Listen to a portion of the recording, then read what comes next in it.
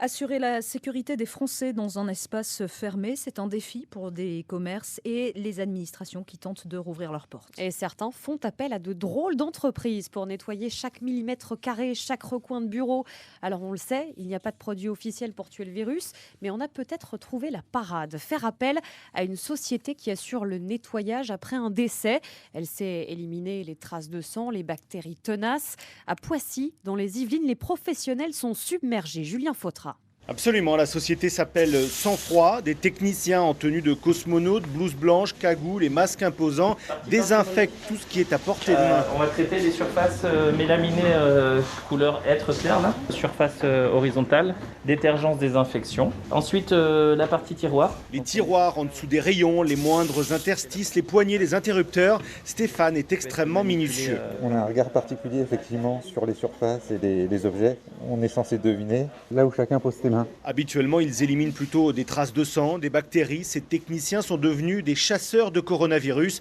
Baptiste Girardet, ancien agent de police scientifique et fondateur de l'entreprise. Nous faisons, nous, ce que nous faisons au quotidien. On n'a pas réinventé notre protocole. On se prépare à entrer, pénétrer dans un environnement dans lequel il y a la bactérie la plus pathogène, le virus le plus difficile à inactiver. Et le plus difficile, c'est pas nettoyer le sang, c'est ne pas en laisser une tête d'épingle.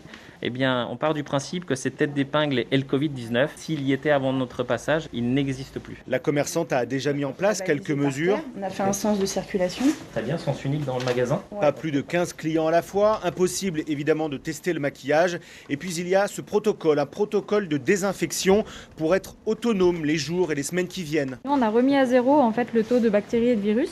Et après, toute la méthode à suivre pour continuer de décontaminer. L'entreprise intervient dans des lieux aussi différents que des centres d'hébergement d'urgence, des plateaux de télévision, les parties communes d'un immeuble ou chez des particuliers. Pour bon nombre, c'était la situation suivante. Un membre de leur famille qui avait été au préalable confiné dans l'appartement ou dans la maison. Les gens sont partis hospitalisés en réanimation. Avant leur retour dans leur habitat, leur famille, par précaution, nous ont demandé de désinfecter les lieux de manière à avoir un retour de leurs proches la plus saine possible. Attention, en revanche, à la faveur de la crise sanitaire, beaucoup d'amateurs, voire de charlatans, tentent d'exploiter le filon.